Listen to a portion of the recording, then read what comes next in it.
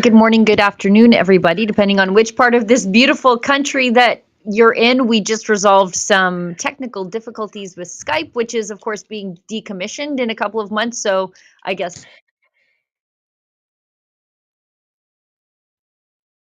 And you're frozen. Of course, the technical difficulties. Roll on. If it's not Skype, it's Elon Musk's Starlink disappointing me. And I could be a salesperson for Starlink, so I shouldn't really complain compared to what things used to be. But this is Rebel Roundup. Finally, for those of you who are tuning into us, getting on the air about 10 minutes late, it's our daily live, as you could tell, news and opinion show wherein we just rehash the news of the day and the night before with you on air. So you'll get our spicy takes, our hot takes, and our honest opinions. I think that's the most important thing. I'm your host, Sheila Gunn Reid, and I'm joined by my friend, my Tuesday co-host, my beloved Lise Merle from Regina, Saskatchewan. Lise, how's it going? Well, hello, Sheila Gunn Reid, and hello, Rebel fam. Thanks so much for hanging on with us. If you could see the level of chaos that happens in the background when we can't log on and get on this live stream in the right moment for you guys. But no, thanks for hanging on with us. We have a very, very interesting program for you today. And we know that you guys don't have time. I think we know that you're working and trying to survive in this crazy world. So we just want to be your news aggregator for the day. We know that you don't have time for the app dancing and finding all the juicy, incredible stories. So we want to do that for you. And we're just so happy to have you here with us. Well, these are the things that we're talking about, right? Like these are the things that we wake up in the morning and we're like, oh, hot damn, I've got opinions on that. So I thought, you know what? Let's have those opinions with our people at home. And more importantly, we want to hear from you. This is not like the mainstream media where they just blast stuff at you that you've already paid for, thanks to Justin Trudeau and now Mark Carney through their endless media bailouts. And then they turn the comments off. That's exactly the opposite of what we're doing here at Rebel News. The comments are going. There's a live chat where you guys can start talking to each other. And if you want to talk to us, well, there's another way that you can do that. If you are watching us on Rumble, thank you for supporting a great free speech platform that has always been there for Rebel News, particularly when none of the other platforms were. Lise, you got to mute yourself. That's okay. You can get involved in the show over on Rumble by leaving us a Rumble rant. If your Rumble, that's their paid chat. If your Rumble rant is over the $5 US cutoff, we're obligating ourselves to read it on air. If it's under the $5 US cutoff, we will do our very best to get to it. I can't make any promises, but we do our best to make the time. Now, if you're watching us on YouTube, we are recently remonetized over there. I don't know how long that's going to last. I think it will end in tears, but that's okay because there are like 1.7 million sets of eyeballs who prefer to watch us over there. So we're going to be there as long as YouTube will let us be there. If you want to leave a super chat, you can do that now too. And again, same rules apply. Over the $5 US cutoff, we are making it mandatory. We'll read it on air, and under that, we'll do our best to get to it. But also, if you are watching the recorded version of the live stream later, you can support us by leaving a super thanks. That's the paid comments over there. Okay, busy day. We already started late. You guys are done with me talking about the rules. Let's get into well, there's the things that nobody will let us talk about if you're on X these days, but we're going to talk about it here because the more people tell me to shut up, that I just talk louder. But first, let's get to what's happening in Alberta with Danielle Smith. She went to the University of Alberta's law school yesterday, and the law school students staged a protest. But first, let's get to her being there. So, sorry. It was a packed room of 150 future lawyers tonight at the University of Alberta answering their important questions about our legal system, our province, and the U.S. trade dispute. So, actual things. It's been decades since the sitting premier has visited the Faculty of Law at the U of A. I can tell you firsthand that the future of our province is bright. So she's got nice things to say about these young lawyers.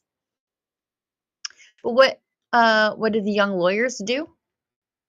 They do this. They stage a protest. You're kidding. Bill 26. So I'll read the text of Bill 26 if you want, but I think we all know it as so Bill 26. Oh God, and these Bill 26 protesting students look exactly how you think they would. Bill 26 is limiting certain medical treatments for transgender and gender diverse youth, and restructuring Alberta Health Services, which completely failed the province during COVID. So you got locked down because the Alberta health system apparently couldn't handle it. And so that's a failure of the biggest line item on the Alberta budget every year. Like, there should be some accountability there. So they're mad about this. So she's the first premier in forever to meet with law students, and they staged this, like, we won't let you trans the kids protest, as if those people are ever going to have kids. You know, this doesn't bode well for the future of lawyers in Alberta, does it? No. Does it? Because let's not forget that every single post-secondary institution in the country is funded by provincial government dollars and federal government dollars. And if Danielle Smith was as petty as I am, they would see a reduction in their funding instantaneously for this insult. And that's exactly what this is. These are kids that have never faced a consequence for doing something stupid or doing something disrespectful to their betters in their entire life. If that was me, okay, if that was me in that chair, in that beautiful green pantsuit that she was wearing, they would see their funding decimated this morning. They would pay a hefty price for that kind of disrespect. I mean, to say that it is something that your premier of your province comes to listen to you. The last thing on planet Earth these kids should have done is disrespect her in that manner. It's gross, actually. It's gross. And it doesn't shine a bright light on the future lawyers of Alberta. As a matter of fact, it shows everybody that the University of Alberta is coddling this group of young ideologues that are going to do nothing to further the law profession in Canada going forward. That's the worst part is, if you cut funding to these guys, then you cut funding to the very lawyers who are probably in that class who will stand up to their gender nonsense. That's the problem, is there's really not much that you can do to deal with them. But in case you were ever wondering, like, where were all the good lawyers during COVID to stand up for human rights? There are very few of them. And they mostly work for the Justice Center and the Democracy Fund. So hopefully, in amongst this classroom full of future lawyers are future Democracy Fund lawyers, future Justice Center lawyers, to counterbalance the nonsense of those two surly looking ladies sitting there. Yeah, future cat ladies. That's what I'm a bit of a cat lady these days myself. However, I do have 3 fully functioning kids that I'm quite proud of. Yes, you do. A kid is worth 10 cats, Sheila. Okay, so you did it the right way. I have 31 cats. I have 31 cats by that measure, or 32, I guess. But that photo just goes to illustrate the young socialist left-leaning crazy nutcases that are being produced in our post-secondary institutions. That photo says it all.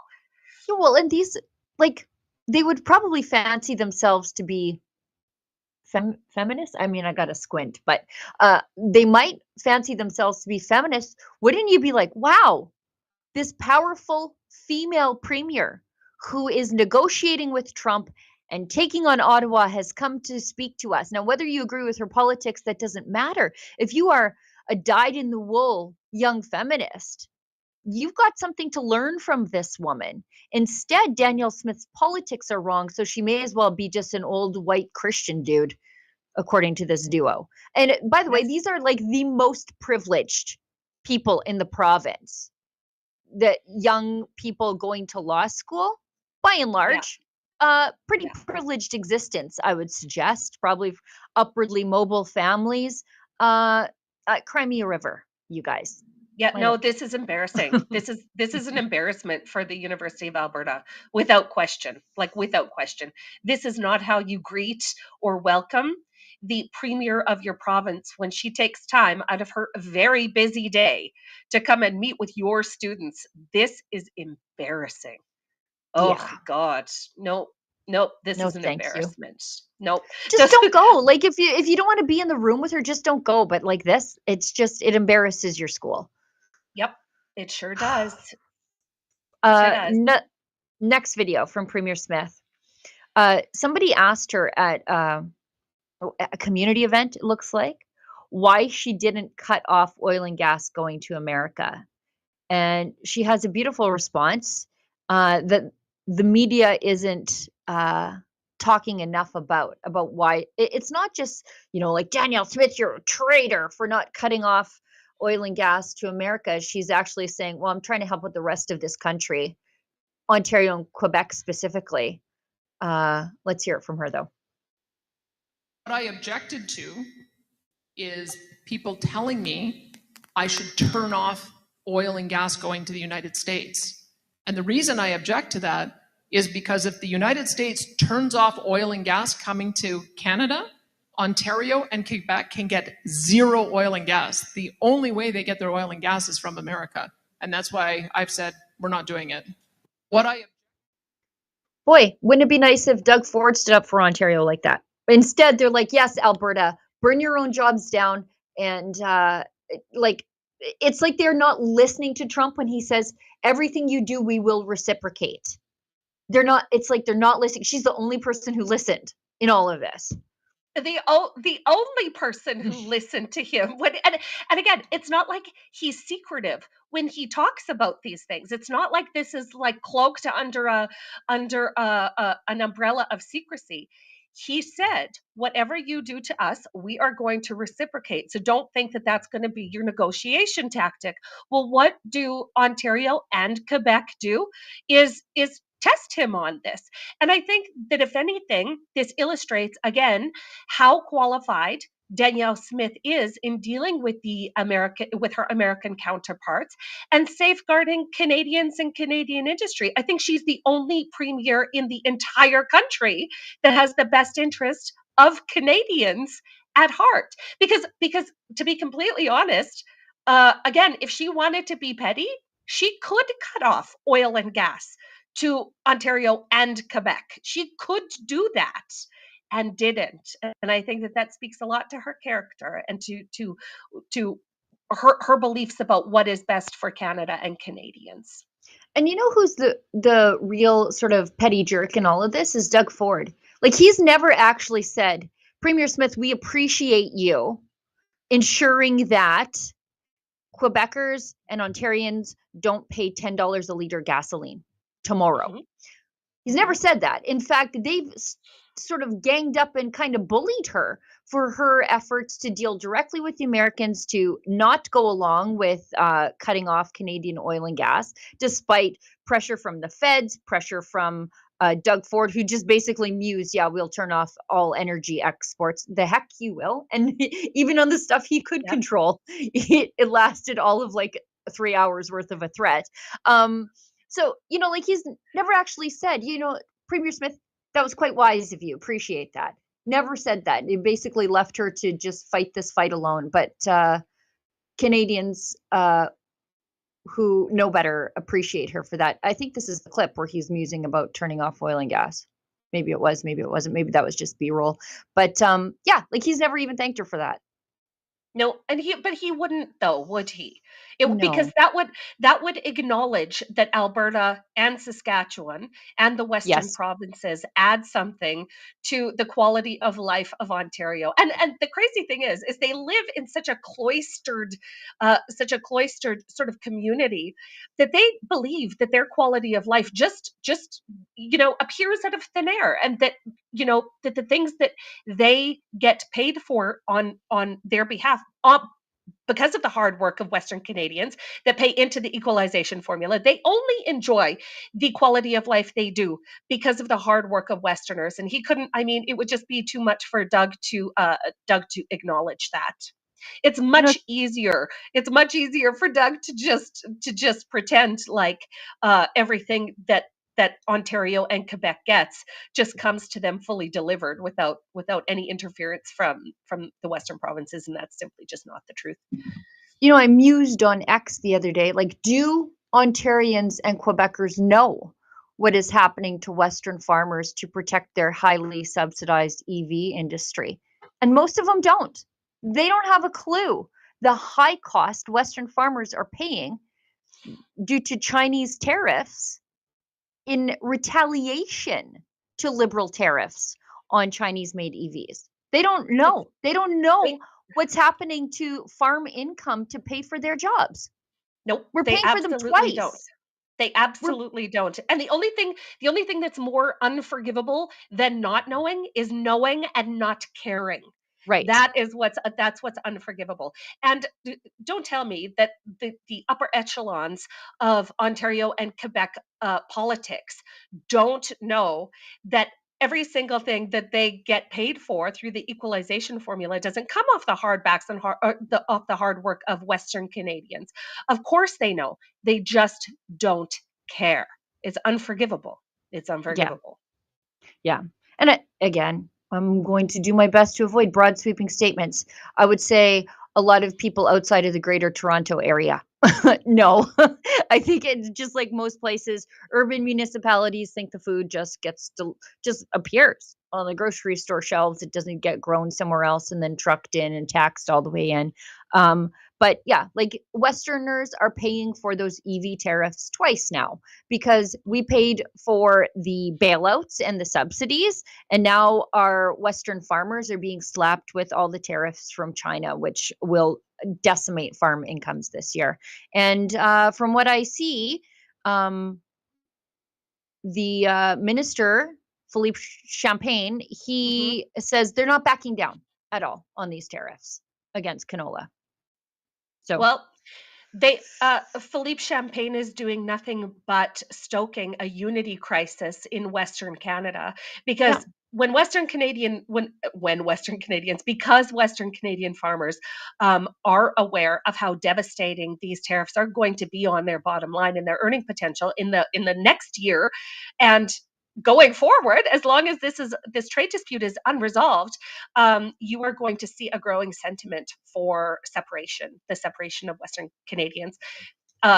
Why stay in an abusive relationship where you will never, ever, ever be able to win? If we don't see overt support for Western industry and Western prosperity, they're going to have a two-front unity crisis on their hands. Yeah. Sorry, excuse me. I just have to step away to cough. Okay, no problem. That gives me an opportunity to read this. It looks like a Rumble rant from a peace sign guy who says, with the tariffs that China has put on canola, etc., why are all the Chinese foodstuffs not being pulled from grocery store shelves and Chinese liquor pulled from the liquor store shelves? Yeah, that's a great point. And it's because because this affects Western Canadians. And so you don't see a Team Canada approach. It's the same Team Canada approach we saw to pipelines for all those years, as in there's no Team Canada approach at all. We get to throw our jobs on the bonfire of Confederation and everybody else says, okay, thank you. And that's what's happening now. So China is hitting us with these retaliatory tariffs, and there's no like boycott of the dollar store. That's not happening. So, we just have to suffer in all of this. That's a fantastic point, peace sign guy. That is a fantastic point. If we were to have the same response to Chinese made products and Chinese made goods in Canada, I mean, half of the country wouldn't be able to buy groceries. Number Right. one, but we are not seeing that same veracity in response to China. But then again, we know who's infiltrated Canada. We know Right. who's already here, who's working in the background. So that would be really, really bad if we were to spit in our masters' faces when when when they were watching us so close and within our borders, working within our borders. So Right. it's a great And point. Carney's going to need the help, right? Carney's going to need the help in some of those key Toronto ridings where we saw Chinese foreign interference last time around. Mm. Also in those key lower mainland of Vancouver area ridings where we know for sure foreign interference from China happened. And so, I mean, Carney's not going to make those people angry at him when he needs the help coming up. No, true story. True story. Yep. No, and somebody posted the other day on Twitter. You see Canadian elitists say, we'll never be the 51st state. Well, would you rather be China's 23rd province or the 51st Right. state? Like, take your pick.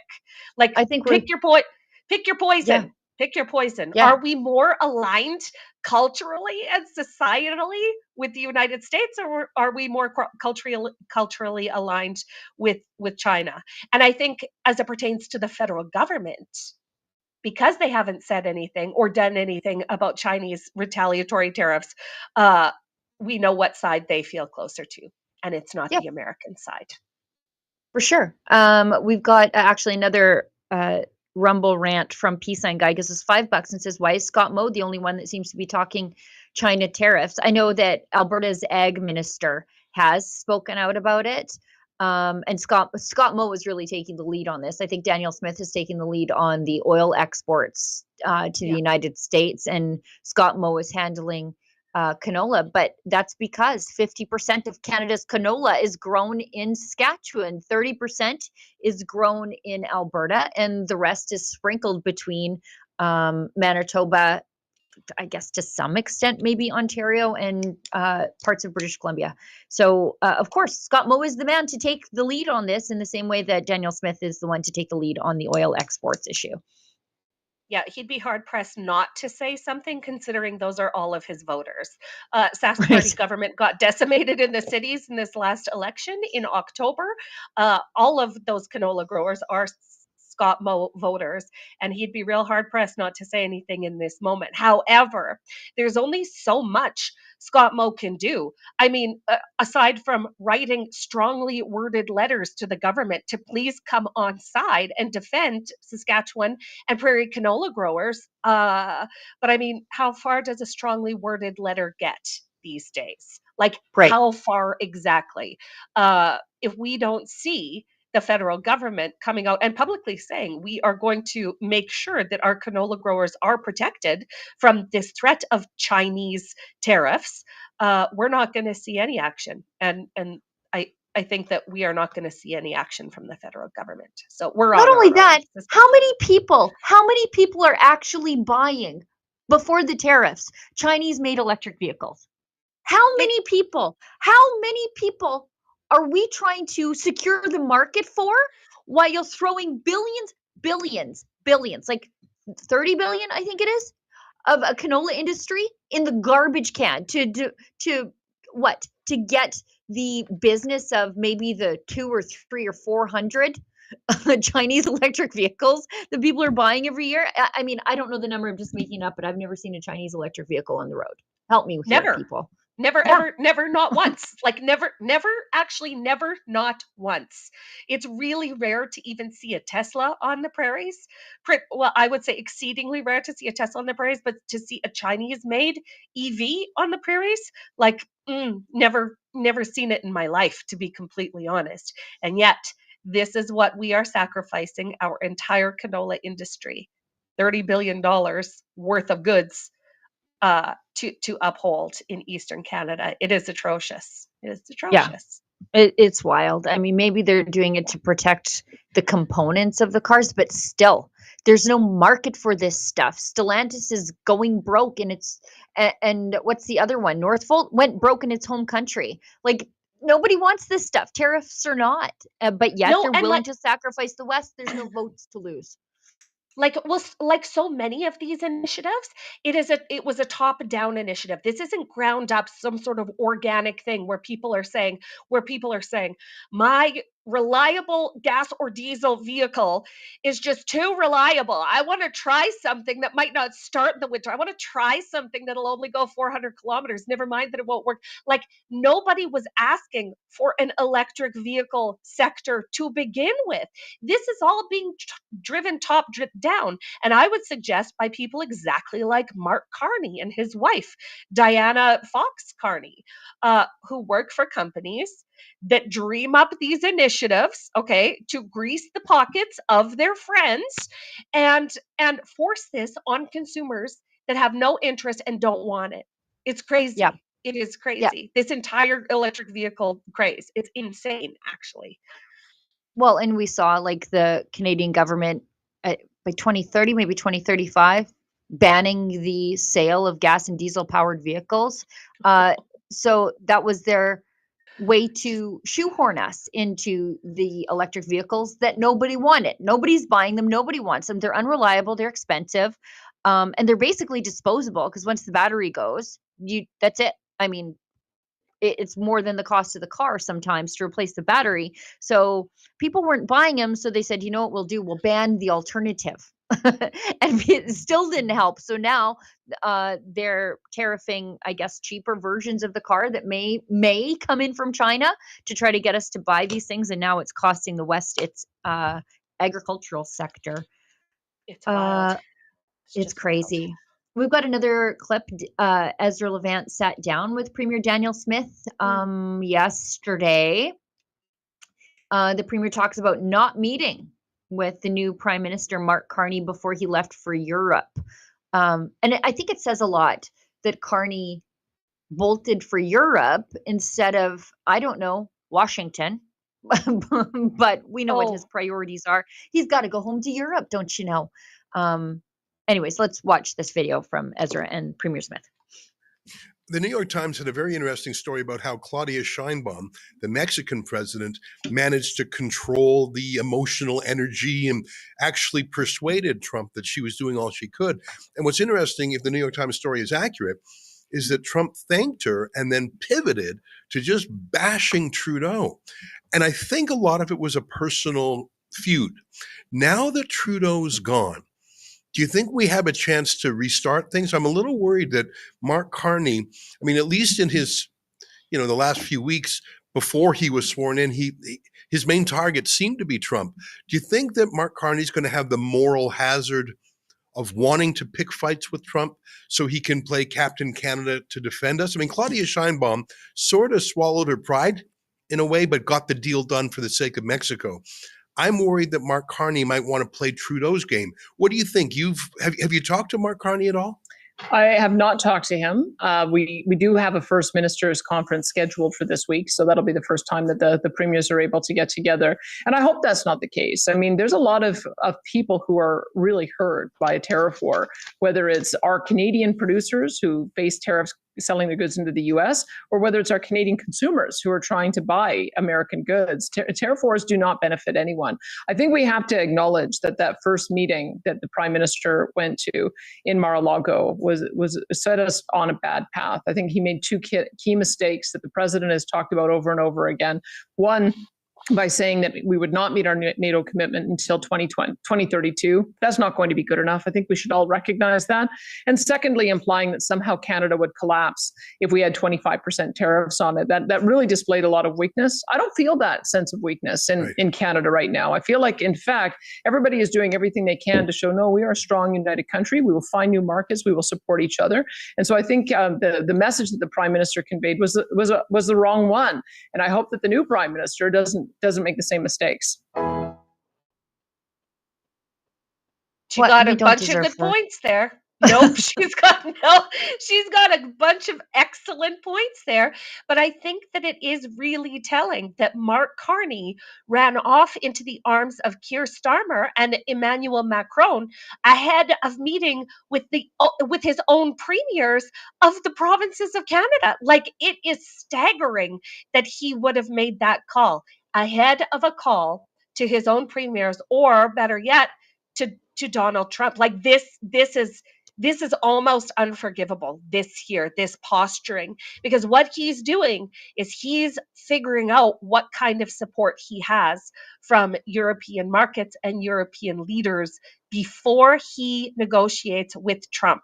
He's lining up all of his little ducks in a row, and it's really, that should concern everybody. Canada, Well, that should concern all of us.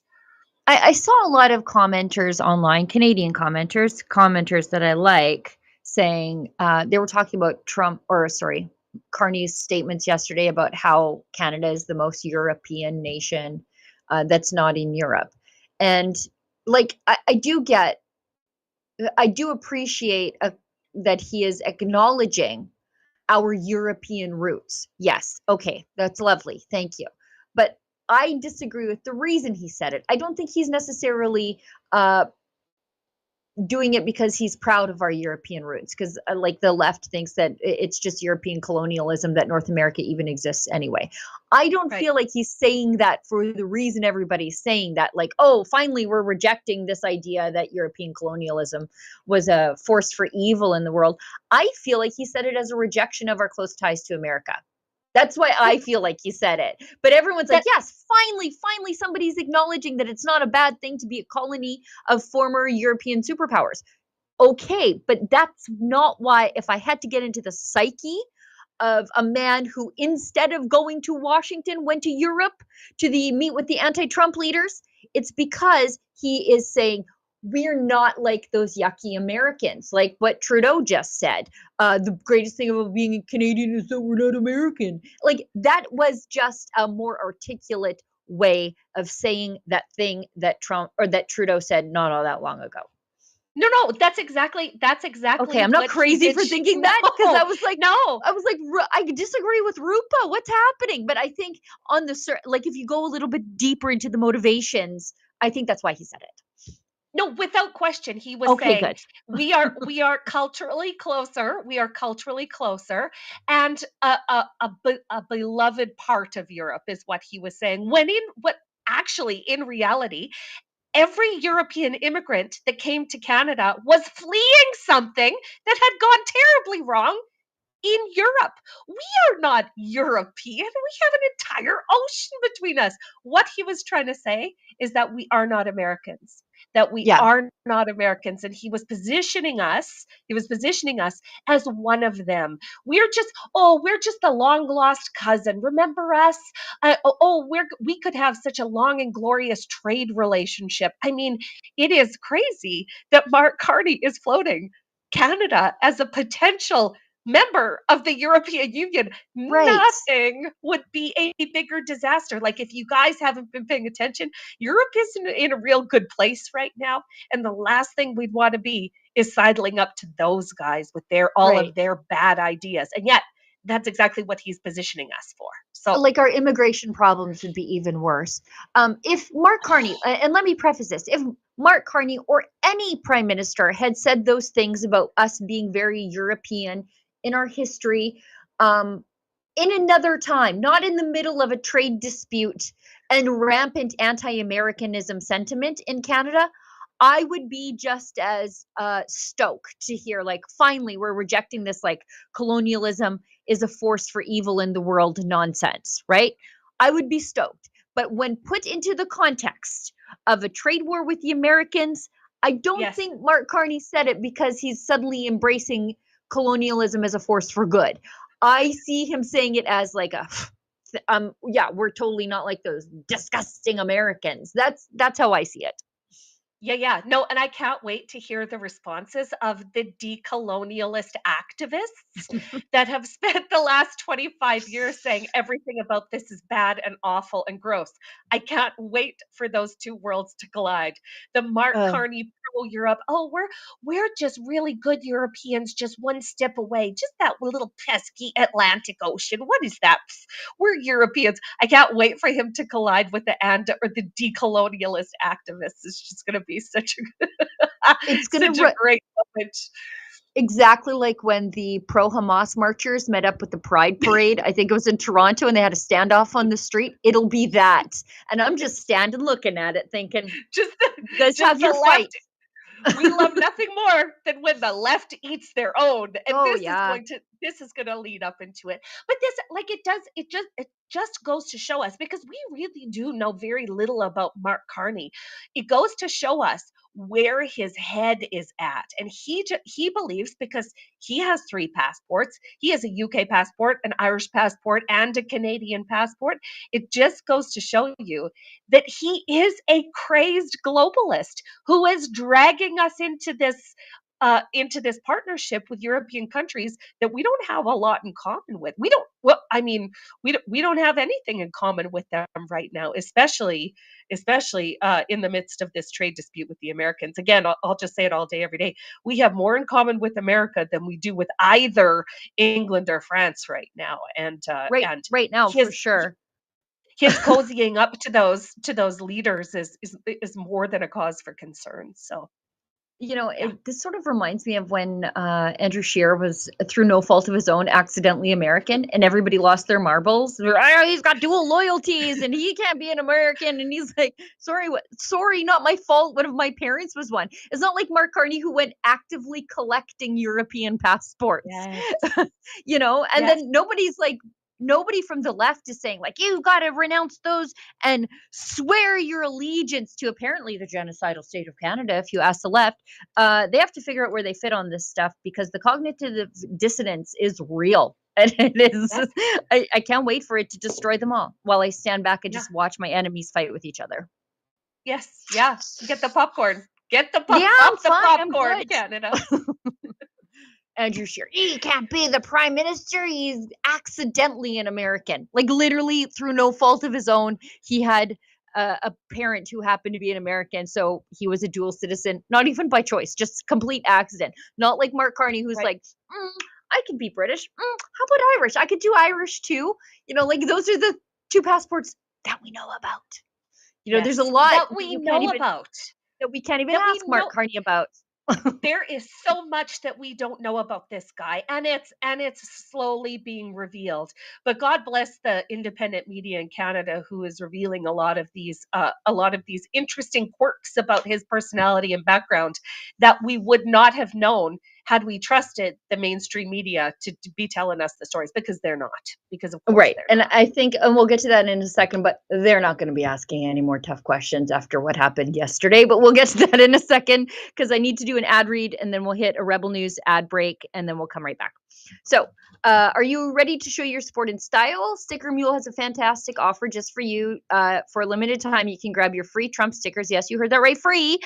Whether you want to decorate your laptop, your car, your office space, or your Chinese-made EV, grab these high-quality, durable stickers. They're perfect for making a statement. Just imagine how great they'll look, and they're super easy to apply. Here's how it works. Head on over to Sticker Pack, that's PAC, like politicalactioncommittee.com. Sign up and claim your free stickers and watch the fun unfold. Don't miss out on this exclusive offer. Stock is limited, so act fast, spread the word, and let your voice be heard with Sticker Mule's awesome stickers. Once again, visit stickerpack.com today. Grab your free Trump stickers before they're gone. And then let's hit a Rebel News ad break, and then we'll come back with Mark Carney being prickly with the mainstream press, and the mainstream press just clutching their pearls about being mistreated by a politician. Cry me a river. And then we'll talk about the things we're not allowed to talk about, apparently, if you listen to everybody on X except the people. Anyway, let's get to it.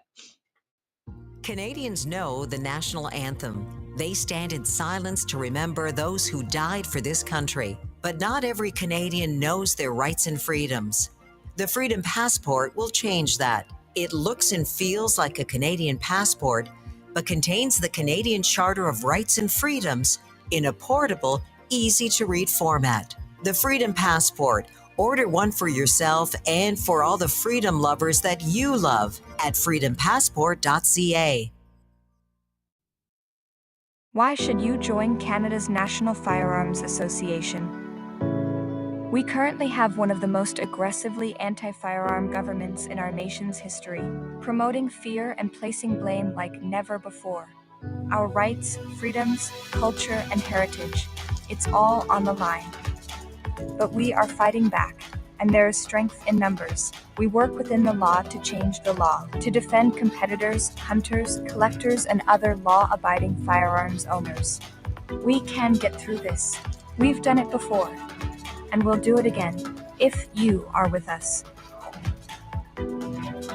Canada's National Firearms Association. Freedom, safety, responsibility.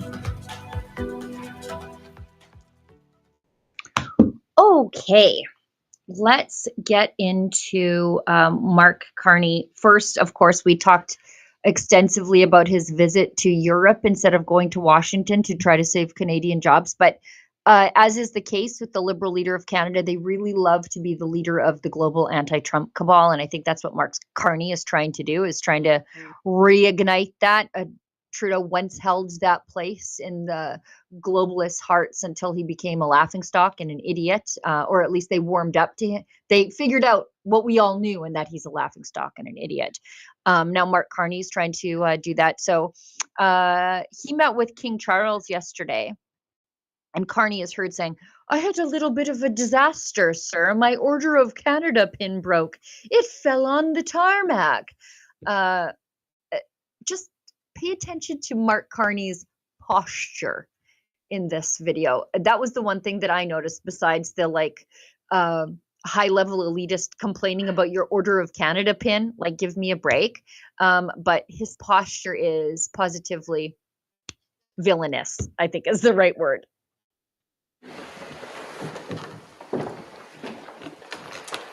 Prime Minister of Canada, Your Majesty. Your Majesty. Very good to see you. Lovely to see you. Congratulations. Very much. I've had a disaster today, sir. My Order of Canada pin broke. No. Yes, it fell on the tarmac, which is true. No. Our founding peoples, the British. Oh, no. I'm not of that rank. Well, anyway, it's a great treat to it's lovely. much to catch up on. Come and have a seat. Does he have osteoporosis? Like, what is going on there? That's positively C. Montgomery Burns posture. Just I can't even do it. I can't even do it. Concave is what he is, Sheila. Like Gargamel from the Smurfs, just always sort of hunched over and ready to throw the little blue people in a pot and cook them up. No, just. But I do want to point out analogy. We're the Smurfs. Yes, we are the Smurfs. He wants to chase us down and put us in a pot and cook us. You're right about his posture, but I just want to point out the extraordinary bad omen it is for him to have had his Order of Canada pin fall out on the tarmac on the way to meet the king. And that is your intro to meeting the king? Oh, Canada, this is a bad omen. When you're awarded with the highest civilian order in the entire land, and it falls off your body and breaks on the way to see the king, oh, that's a bad omen. I don't care what anybody says. I'm superstitious that way. And that didn't happen for no good reason. We should all be very, very wary of that event, and that it was the first thing he said to the king. Mm-hmm. Just two unelected heads of state hanging out. just so privileged. I mean, just so privileged. And that was one of the first visits that he made. Like the posturing that this guy is doing. He's showing the world how elite he is. Yeah. And the access that he has to these super, super high players. But I mean, King Charles and Mark Carney being green lunatics would have had just a fabulous conversation in amongst those, marble gilded walls of Yes. Buckingham Palace, wouldn't they? Yes. They would have had a lot of similar things to talk about. Yeah. Yeah, like, I appreciate the institution of the monarchy. I have a daughter who's quite the monarchist. But, I just hope that King Charles maintains it so that the more level-headed successors in his family, um, not the Markles, can take his place. But yeah, like, it's just showing how well connected and elite he is. Like, I do think the Canadian Prime Minister should meet with the monarchy. Yes, definitely I do. But your first trip should have been to Washington. Roll up your sleeves, eat some humble pie, dial back the anti-Trump rhetoric, and save some Canadian jobs. But no, he had to go on his European tour, which is a bad look given that Trudeau just did the European tour like 90 seconds ago. And reminder people, these are people that will tell you that going on a road trip with your family in the summer is killing Mother Earth. Okay, that she's Right. never going to be able to, and yet they think nothing of jumping on these private jets and jetting all over Europe ad nauseum to do the things that we do routinely over Skype. I mean, the hypocrisy is just staggering. It's staggering. Now, as much as Carney wants to be accepted as the leader of the world's anti-Trump cabal, I don't think the French were so much having it, and neither were the British. So the Carney camp wanted a joint press conference with Macron. The French declined. This is in the Financial Post, and there was no joint press conference with Starmer in London. They just did some photo ops, it looks like. Well, because they didn't want to be the testing ground with an untested leader that has never ever done this before, that has never been at the behest of a free and open press. They didn't want to be the people to Right. try this out with him. What if he went off script? What if he said what if he said the same thing as he did in the interview with the Canadian media the other day, and crap the bed? I mean, that would just be a disaster. It's no wonder that they declined him. It's no wonder. That's smart. That's smart. I'm glad you brought that up because the British press is not as docile, I think is the right word. I was going to say well behaved, but I think that's the wrong description. They're not as docile and complacent as the Canadian mainstream media. And so there would have been questions about what is your relationship with Ghislaine Maxwell? Since those photos were published in the Daily Mail, right? So they're like, no. There could be a Daily Mail reporter here. We cannot have that. So, and then it's just a hop, skip, and a short flight to Paris from London. And the same Daily Mail journalist likely would have been there to ask the same question. Without question. He's an untested politician. He's an unelected head of state, and nobody wants to be able to help Mark Carney dig his own grave like that right off the bat. There's a reason why they declined it, because typically politicians scramble for press attention. Like this is the kind of what is it, like unbought and paid for earned press attention that most politicians bend over backwards to try and get, and these guys are like, this is not a guy that we want to be associated with. So interesting. Mark Carney claimed in a press conference, was it even a press conference if you're not allowing media questions? I guess it's availability. He says his industrial carbon tax is crucial to Canada's economy because it's a requirement to trade with the UK, EU, and Asia is to have a price on carbon. I bet you that's news to China. This is crazy. This is not true. Anyway, let's listen to him lie. Let's listen to the Undertaker tell us fibs. Our plan, and in fact, the regime that's in place in Canada, and a variant of this regime is in place. There are some variances, Tonda, between the provinces, but a variant of this linked to California is in place with Quebec and British Columbia, is to have a form of price for the largest on carbon, for the largest emitters, said differently, the largest polluters. Now, what we are doing is changing that system or improving that system so that the price that's paid can be reduced by so-called carbon credits that are allocated. We are adding additional ones.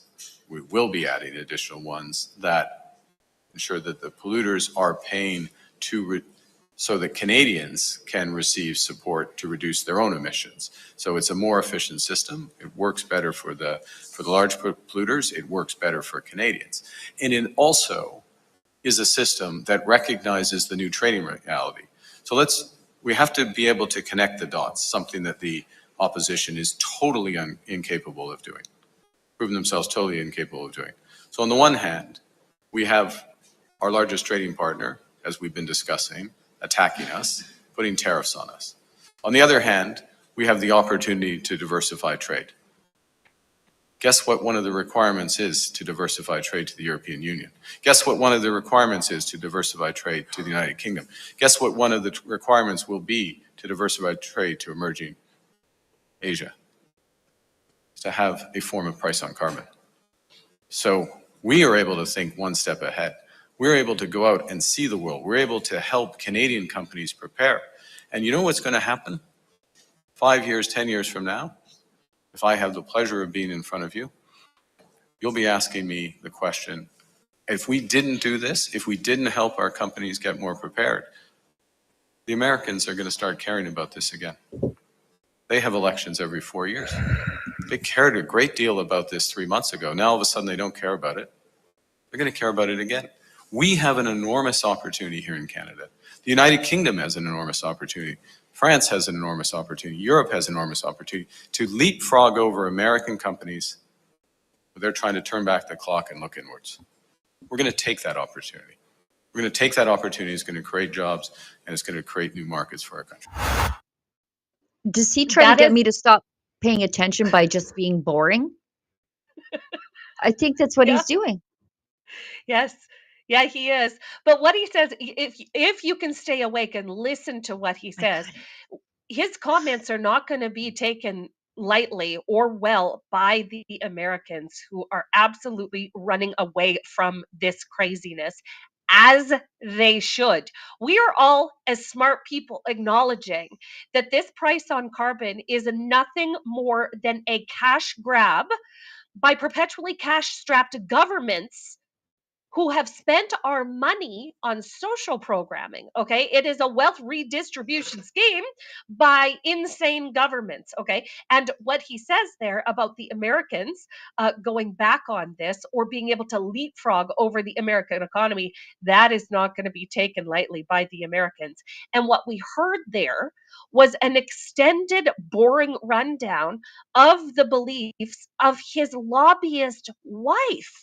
What we're hearing there are the beliefs of the Carney family proper. She works for the Eurasia Group, okay? What they're trying to do is lobby Asian governments to institute the same sort of carbon pricing on their populations as we have here.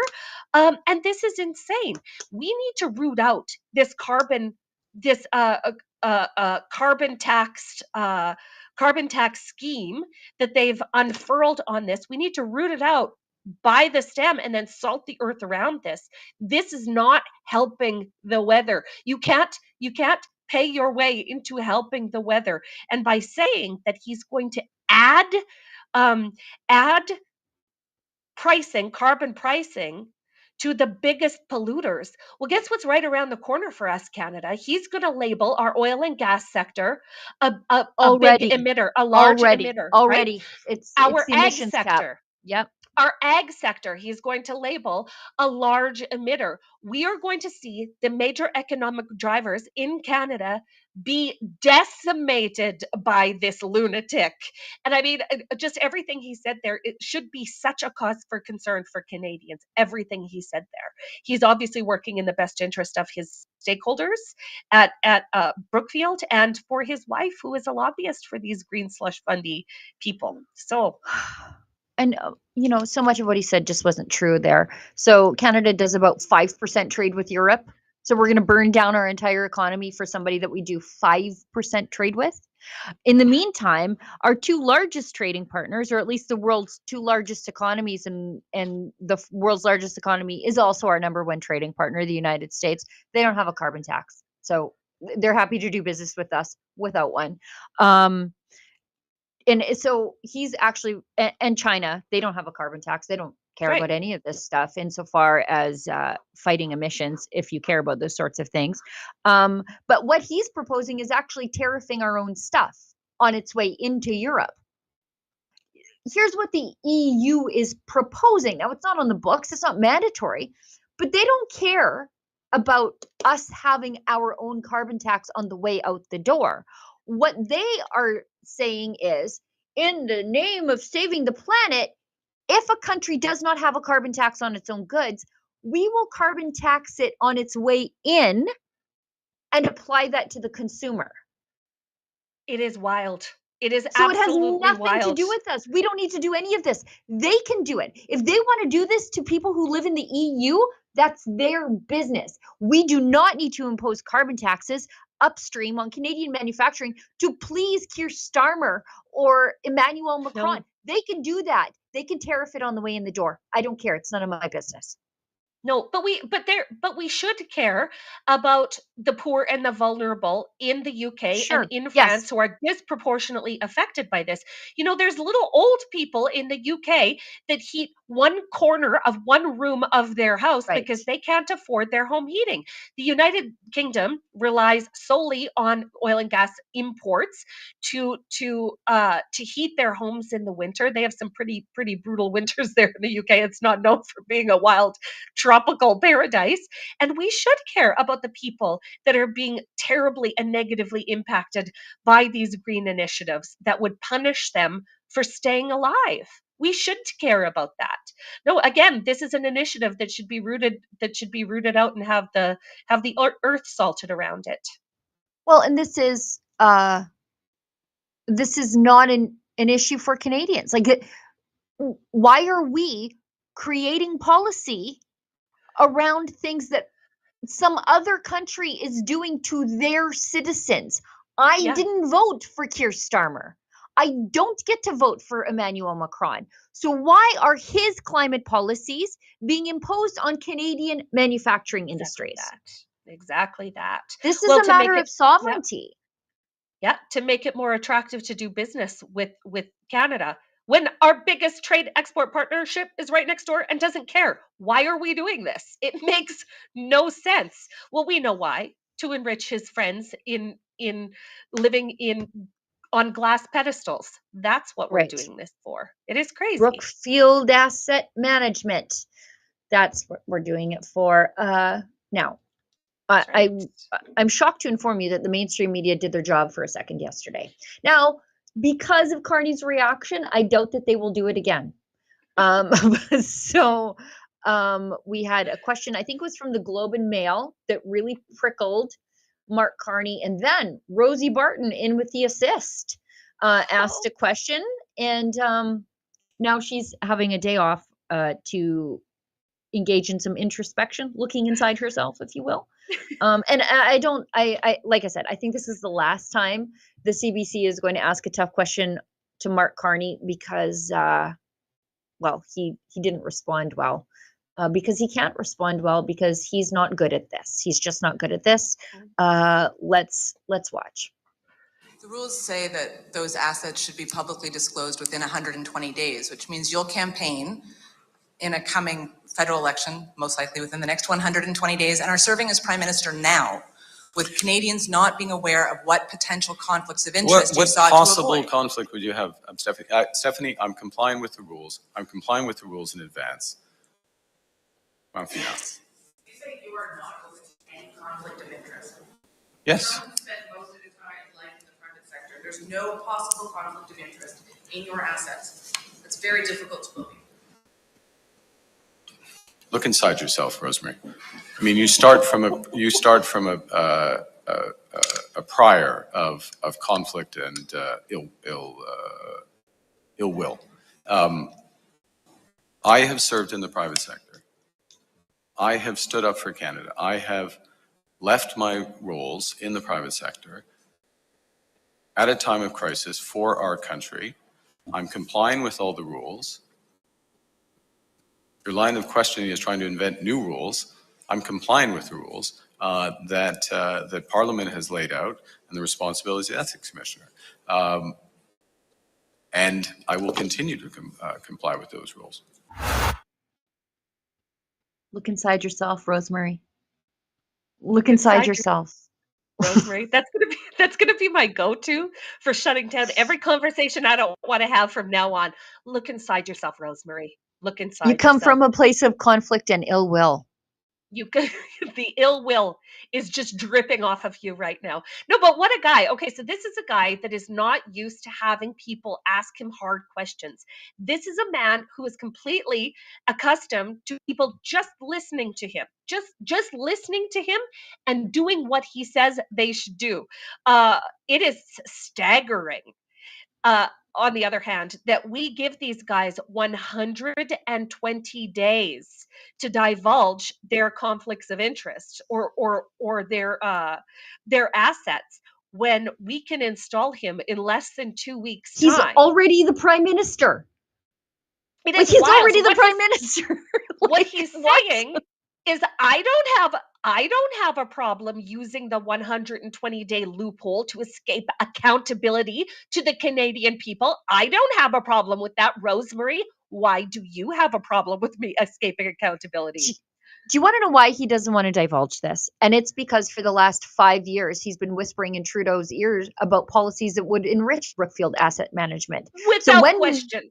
When we see all the ways that his personal investments have been littered about in these liberal attached or at least liberal adjacent industries that have benefited from the likes of the Green Slush Fund and tax policy and all those things, we're really going to see how his snout has been at the trough for a very long time. So even though it's in a blind trust, we know at least for the last 5 years, he was a Liberal Party insider whispering in on policies and skirting ethics rules. You must remember, he is saying that I am following the letter of the law. Yes, but have you ever followed the spirit of what it means to not be in conflicts of interest? We know that the Liberals hired him not into the PMO to advise the Prime Minister, but as an advisor to the Liberal Party leader, which incidentally is the Prime Minister. And the reason they did that was to help him escape conflict of interest rules. And so we know he's been doing that for a very long time.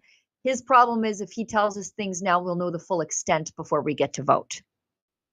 That's right. That's exactly right. No, it would be a disaster for Canadians to have known Mark Carney before or know the finer parts about Mark Carney before installing him as prime minister, because if we had known, he wouldn't have made it to the prime ministership. The end. The end. Yeah. They are shielding him from all scrutiny and all accountability. And that's a real area of concern for Canadians, or it should be. Yeah, and Michael Barrett's work on this has been incredible. He's just having a press conference like every day, every other day. I had him at procurement minister on my fantasy football board, but his work on this has put himself all the way up to finance. And Rick Perkins has been shuffled into procurement. So we'll see how things change. But I'm working on it. I have my little like House of Commons map where I've got Larry Brock at AG, Raquel Dancho, she's at Public Safety. Environment is Blaine Calkins. He's very good on the Jasper issue, and he was an actual park ranger. Oh, there you go. More than qualified. Look at that. More than qualified. More than Stephen Guilbeault. That's for dang sure. Anyways, I'm taking suggestions. If you have suggestions for MPs that I should shuffle into key ministries, please let me know in the comment section. I'm going to do an ad read, and then we'll do a chat, and then we'll go into the thing we're not allowed to talk about, because I feel like that's going to take up a lot of time. So first, positive. If you have a dog, we've all been there. Our pup goes from full of energy to sick and miserable in an instant and at the worst times. Then we're calling vets in the middle of the night or on the weekends, trying to find a clinic that will take us in. It's a terrible way to manage your dog's health, not to mention your stress levels and your monthly budget. That's why people are getting the Pet Emergency Kit by Positive, and this is spelled the cutesy way, PAW. SITIVE. It contains critical medications and supplies that can not only keep you out of the veterinary office, but may even save your dog's life. If you have rambunctious pets like me, you're at the vets all the time. This kit contains critical medications like activated charcoal, styptic powder, and more. It might just save your dog's life. Head on over to positive.com, use the code studio to get 15% off your pet emergency kit. And we've got another chat from our friend Peace Sign Guy. Gives us $5. Thank you, Rebels. Your journalism is appreciated, and it's nice to see the poop hitting the windmill blades. Yeah, nice. You're welcome. I like it. I like it too, except for then it sprays and hits all of us. And that's the problem with Canadian politics these days. Okay. There's no way to avoid the crap storm. Yep. There's no way to avoid it. Best face it just head on, just right through the middle of it. Let's go, Rebels. Let's talk about the thing that is taking X by storm. Okay. Credit to Juno News for this, for two things. For breaking the story and for being brave enough to do the story. And I guess the third thing is to withstand the storm, because the establishment media, the Liberals, and the Conservatives are all coming down on Juno News for this. And I guess we'll talk about it in a second about why I think this is in public interest. This goes just beyond, hey, don't talk about a politician's family. I actually agree with that. It's one of the unique things about Canada is that we don't do that tabloid stuff about somebody's family, but this has a unique public interest in it. So Prime Minister Mark Carney sent his eldest child, again, I'm trying to keep this on YouTube, so I cannot misgender, eldest child Sasha Carney to discredited UK Tavistock transgender clinic. Mark Carney's child, Sasha, he uses they, them pronouns and legally changed names, discusses the child's experience at radical Tavistock transgender clinic in an essay unearthed by True North. And this is reported at Juno News. Now, the reason this is relevant, and we talked about this before we came on air, is that, first of all, Sasha Carney's not a child. Sasha Carney is a political figure at this point who frequently posts about their own political leanings, like I voted for Bernie, raising money for prisoners for some reason, went to Yale, so has been very open about this. But why this is in the public interest? Well, first of all, Tavistock, discredited abattoir for young people, where they just go to get butchered up.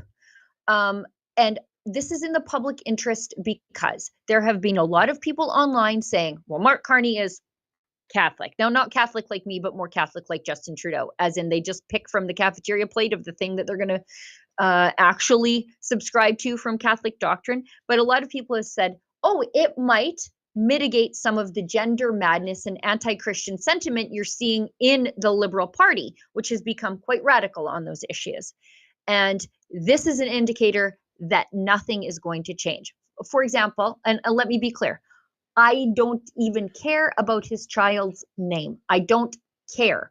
What I care is that this affects policy, right? We know what Pierre Poilievre thinks about gender issues. He was asked actually by the mainstream media, how many genders are there? And he's like, as far as I know, there's 2. So we know what Pierre Poilievre thinks about these issues. Now we need to ask Mark Carney, because this is a policy concern now, because this is a very expensive proposition of DEI. Will the Liberals roll back their DEI nonsense in the military and foreign funding abroad? Probably not, given what we know now, because this is a personal issue for Mark Carney. Will they continue to fund radical activist groups to go after provinces like Alberta and Saskatchewan? Alberta's Bill 26, we talked about at the start of the show. They will probably continue to do this stuff. Will they continue to fund radical activist groups that will go after small town mayors who don't fly pride flags? Probably. They will continue to do those things. And that, even if you don't care about the transgender issue, maybe you're not somebody who cares about women's only spaces. Maybe you're not somebody who cares about women's only sports. Maybe you're not somebody who cares about parents' rights. Maybe you just care about the money. Well, you should care about the money then, because this is not only about the dignity and rights of females, but also about the money that flows out the door for these sorts of things. And so Carney should be asked. Why? Because Poilievre was asked. That's exactly right. And this is an issue that is forced onto the back burner because it compels elected politicians to talk about things that are indefensible to regular people. Listen, when you see liberals, when you see left-leaning elected politicians, when you see conservative politicians saying, oh, well, children should be left out of this. That is your cue, Canada, to go hard and ask them those tough questions, because they are escaping, they're skirting accountability in their own actions. Do we want people making decisions on our behalf when they may believe that men can become women and women can become men, and just get over it, everybody? I can tell you without a word of a lie, there are a great many Canadian females that are basing every voting decision on this issue, and I, for one, am absolutely sick and tired of them skirting around it, saying, well, this is completely. You can't talk about these things. You can't talk. When they say that you can't talk about it, that is the exact thing that we should be talking about, Canada. They sent 11 billion of our taxpayer dollars overseas to support these kind of initiatives. That amount is dwarfed by the amount of money our federal government has given activist groups, have given pride groups across the country, have given human rights campaigners to fight against women's rights, family rights, and children's rights. And in a robust and well-functioning society, we know that men protect the women, men are the best protectors of women, and women are the best protectors of children. And this entire industry upsets that rhythm. And so this is something that we should all be real concerned about. We should be real concerned about. When they tell us not to talk about it, we should be talking about it more. The Tavistock Clinic, for anybody that doesn't know, was the first domino to fall. It is a gender clinic in the UK that did nothing but force mentally ill children down medical pathways that would have devastating consequences to these children's lives. It is nothing more than child abuse, state-sanctioned child abuse. And they were shut down, the Tavistock Clinic, because of the immense harms that were done to kids in the UK. There were no safeguards. There were no alternative non-affirming pathways. The Tavistock Clinic was forced to shut down in the wake of public blowback because of the terrible model of care that they offer kids. And here's the crazy thing: Mark Carney and his family lived 1 block from the Tavistock Clinic in the United Kingdom. This young woman, when she identified as a young woman, had no chance to escape this. And I think that his parenting decisions say a lot about the way that he is able to make decisions. If he was able to be railroaded down this pipeline where his child would be destroyed, that says a lot about him as a man. And when he's leading the country, this is of national interest to all of us. Well, how come it wasn't this daughter on the stage at the Liberal convention? How come, Mark Carney, you didn't put this daughter on the stage at your Liberal convention? She unavailable that day? That's a question I would ask him straight off the jump. Well, this prompts policy issues. I don't really care what's going on in Mark Carney's family, but now I have policy questions that affect my daughter, my sex-segregated spaces, and we've already asked the question of Pierre Poilievre. So I don't appreciate the shut-uppery. Sasha Carney is an adult, yes. Tavistock is also being sued by at least 1,000 families over this. 1,000 families, yes. 1,000 families are suing Tavistock. I won't be told to shut up because I want to know how Mark Carney's personal life will dictate his policy decisions. Because this is a deeply personal thing to him. The same way the canola issue is deeply personal to me. The same way women's sports is deeply personal to me. I at least tell you what my biases are. Why did Mark Carney try to hide his? That makes you wonder, doesn't it? But at the end of the day, like I said, if you don't care about any of this stuff, and you only care, you're only a fiscal conservative, well, then you still should care, because this is an enormously expensive industry, the gender DEI industry, gajillions of dollars. Literally hundreds of billions of dollars. Okay, Canada, Yeah. hundreds of billions of dollars have been spent on these initiatives as a way to force them from the top down on us. None of this is organic. None of this is a groundswell of support from the bottom. And I really think that it begs the question, what kind of man is he? If he would encourage his daughter to go down this pathway, what kind of man is he? Well, and then to fully hide this child, I should say, from the public, it's just odd. But yeah, No, truly. And for the people that argue, oh, leave the kids alone. Leave the kids alone. Leave my kids alone when they go to the public library. Leave my kids alone when they go to public school and have radical gender ideology really forced down their throats. If we're talking about leaving kids alone, start with other people's kids. Okay? Start with other people's kids. As long as elected politicians are inserting themselves into my kids' lives, I'm going to be invested what the children of elected politicians are doing in the background too. Thanks very much. Not backing off this topic. Absolutely not. Yeah, I mean, I just won't be told not to talk about it, that I shouldn't be able to ask questions about it, because this is the lens through Mark Carney views the world. And how will it affect his policy decisions that will affect me? It will affect Elise. It will affect our daughters. I think it's a very important thing. And will it affect the fight for parents' rights here in Alberta through the funding of proxies to do the Liberal government's dirty work? I want to know. And I won't be told to shut up, and I won't be told to leave the kids out of it by the very same people who locked my kids up during COVID. I won't have any part of that. Thank you very much. And I think that's it. These are the same people who went after Stephen Harper's religion or Jason Kenney's religion.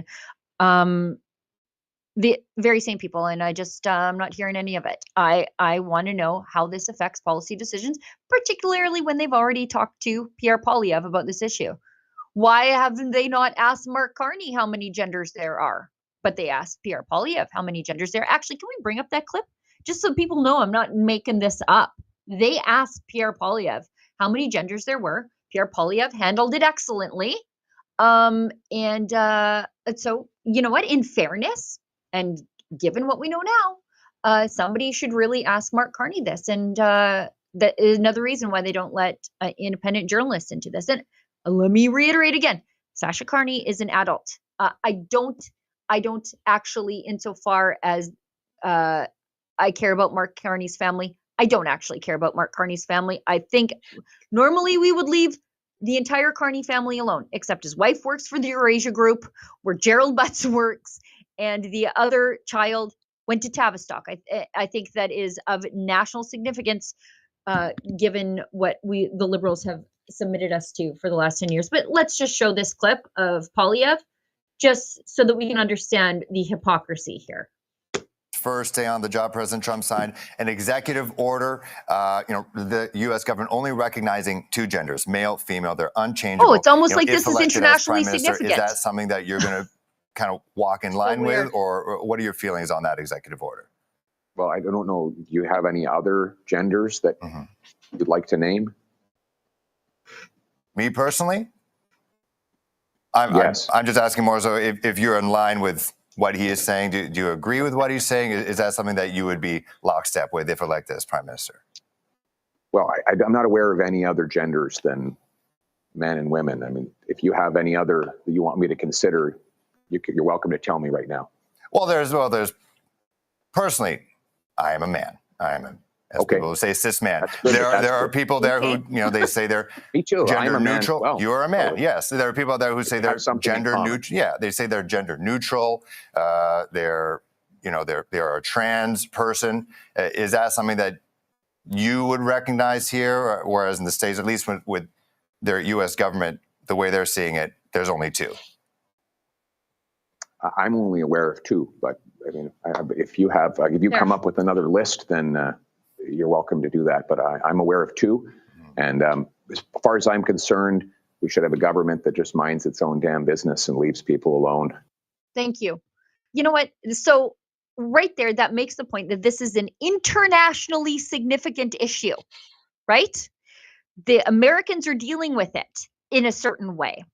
Polyev has already been asked about this. Now, given what we know about Carney's family makeup, we deserve to know what he feels about these issues, because it affects, 50% of the Canadian population, i.e. women and the men who love us.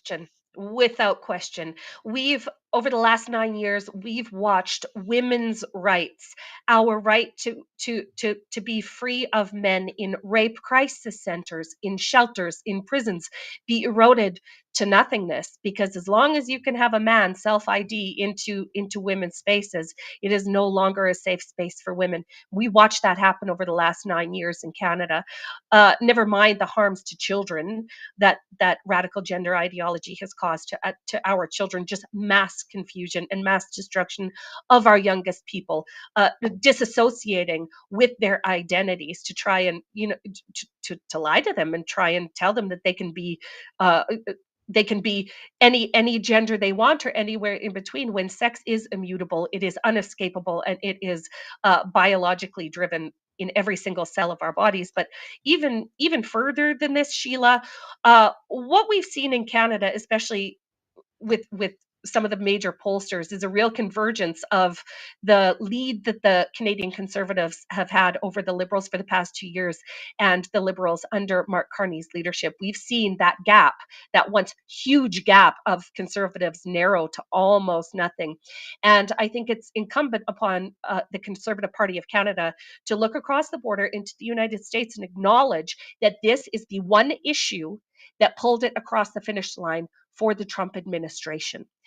Avoiding this issue is going to do Conservatives no favors, none whatsoever. And they need to be starting to take a really, really strong stance in undoing some of the harms that have been unfurled against Canadian women, and undoing the harms that have been unleashed upon our children. The Conservatives must be brave in this moment, be brave enough to tell the truth, and be willing to say that they're going to undial the harms that have been done to us in this regard. And right now they're telling everybody to shut up, and that's basically telling us we can't even talk about this issue, and I refuse to. That is the wrong stance. It is the wrong stance, and it will come back to bite them. It will come back to bite them if the Conservatives don't pull off a win this time, the 4th time. Okay, this will be a 4th loss in a row for them. It will be self-inflicted. I'm so sad to say it. I'm so sad to say it. But when you are afraid to tell the truth to your voters, they will not vote for you.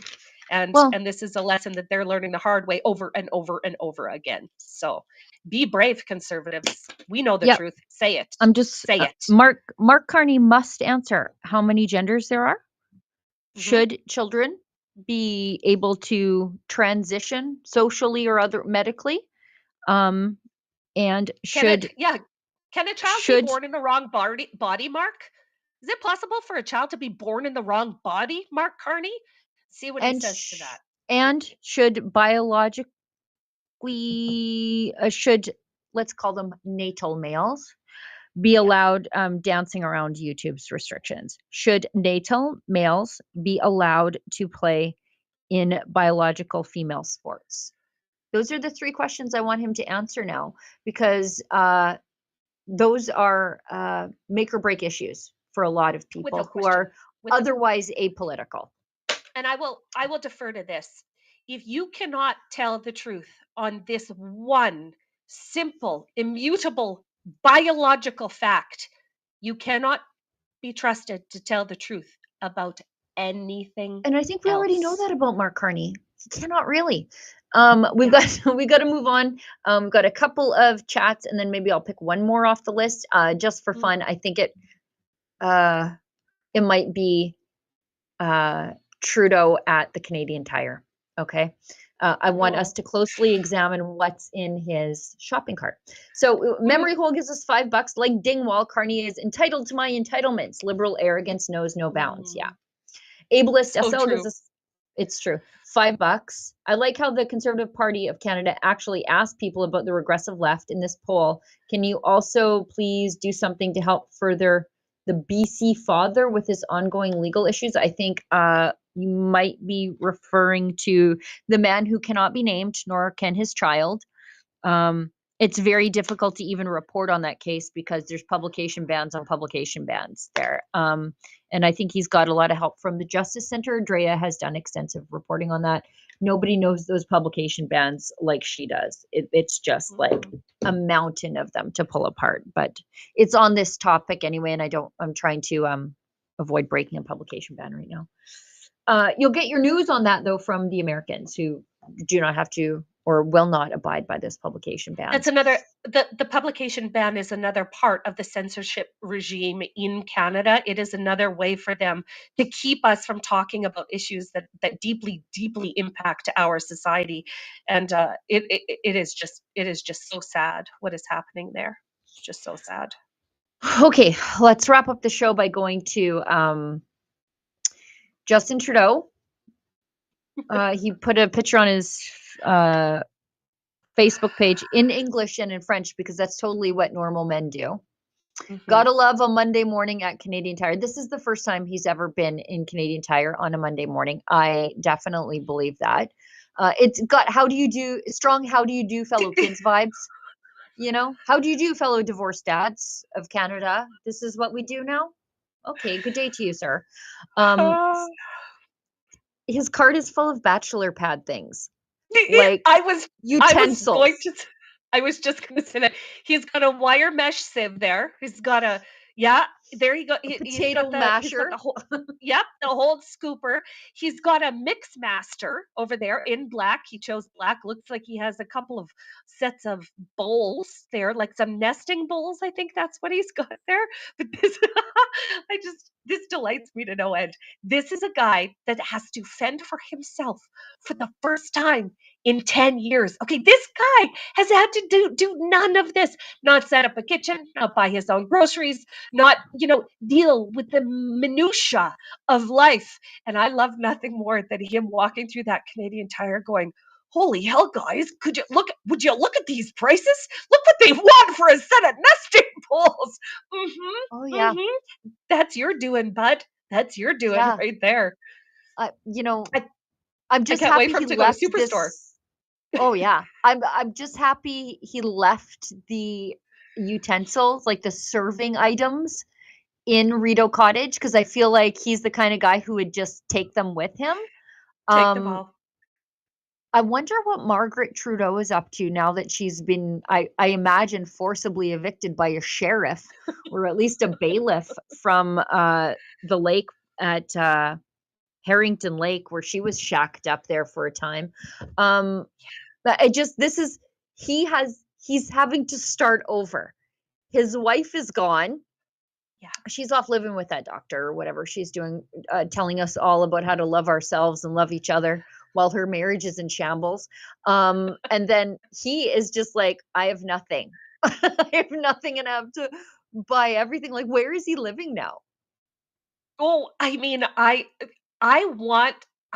it would bring me such great pleasure to be like a one bedroom bachelor pad in downtown Toronto, but we know that's not the truth. He's holed up in some glass penthouse on some 57th floor of a high rise or something. But it's so funny that he has to deal with all of these regular life things for the first time, like figure out when for the first time ever, Justin Trudeau is probably adding, the recycling day to his calendar for the first time ever.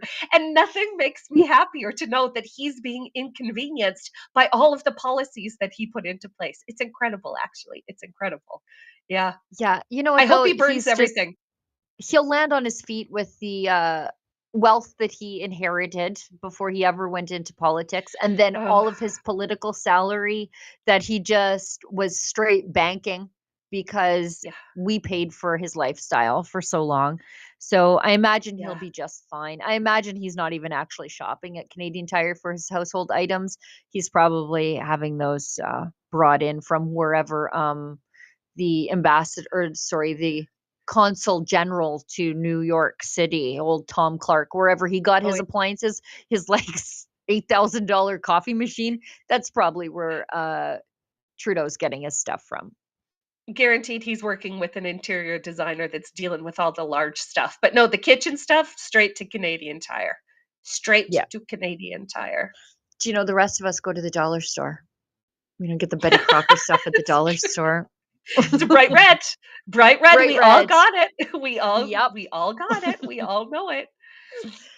Okay, we got one last ad read. Well, we had 3 ad reads today. That's delightful. That's how we paid the bills here at Rebel News, because we'll never take a penny from Justin Trudeau, obviously, to make fun of him, which is part of what I do on the live stream. This one is the Kids Guide. For the parents out there, I'm sure by now you're familiar with the Kids Guide, co-founded by Mike Huckabee.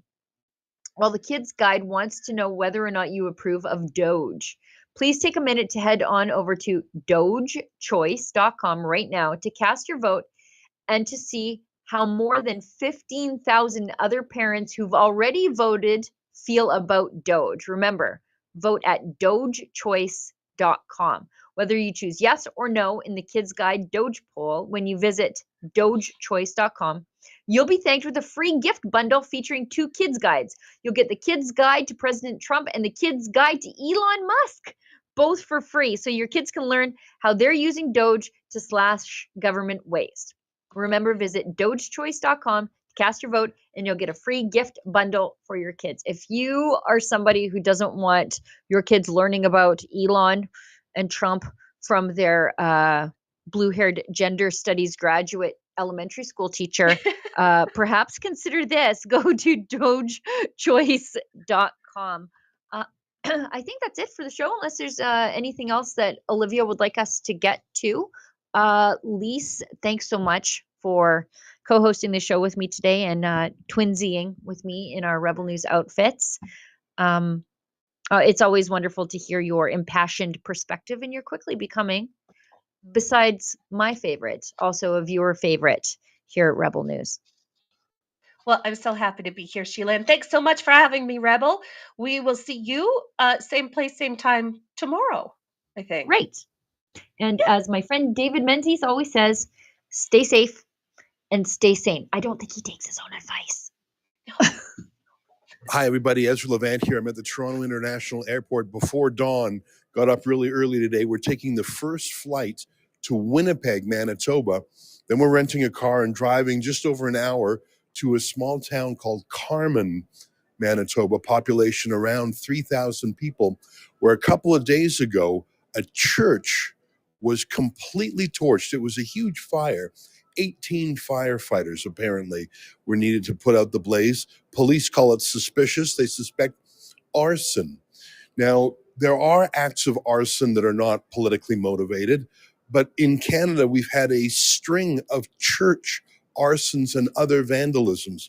If you include other kinds of vandalism, more than 400 churches in Canada have been hit, about 100 of those with fire. This is shocking.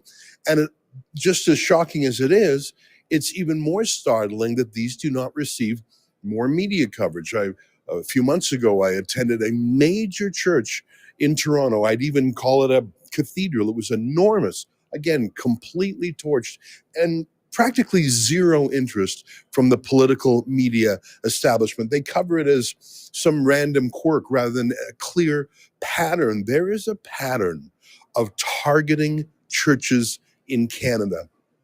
And instead of having a commission of inquiry or setting up a police task force to integrate all these church arsons, the government has either done nothing, or in the case of Justin Trudeau, thankfully our departed prime minister, he and his senior advisor, Gerald Butts, actually said these fires are understandable. They literally said that because they think it's some sort of karmic punishment, they say. One of my reflections is I understand the anger that's out there against the federal government, against institutions like the Catholic Church. It is real, and it is fully understandable given the shameful history that we're all becoming more and more aware of and engaging ourselves to do better as Canadians. For the way churches apparently treated Indigenous peoples more than a century ago. In other words, they're actually blaming the victims. Could you imagine if more than 100 mosques had been torched in Canada? This country would be under martial law, but it's churches, so nobody cares. Well, we care, and that's why we getting going so early this morning, and we're going to see what we see. We're going to go to Carmen, Manitoba. We're going to go to the church.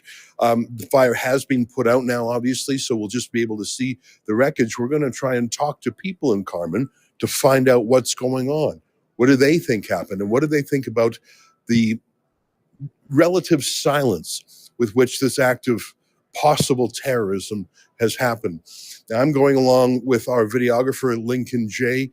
We're flying to Winnipeg on short notice, renting the car. Now, we're coming back late tonight, so we're not actually incurring any hotel costs. But between the car rental and the flights, it's going to cost us close to $1,000 to get out there today. If you can help us cover that cost, I'd be very grateful. As you know, Rebel News doesn't take any government money, and it shows. I mean, the CBC really doesn't give a damn about these church fires. They're sort of cheering on the flames. They hate Christians. We believe in fighting for freedom of religion and stopping these church fires. If you want to help us in our mission, go to saveourchurches.ca. All right, we better get on the plane now, and I'll give you a report when we've landed in Winnipeg and make our way to Carmen.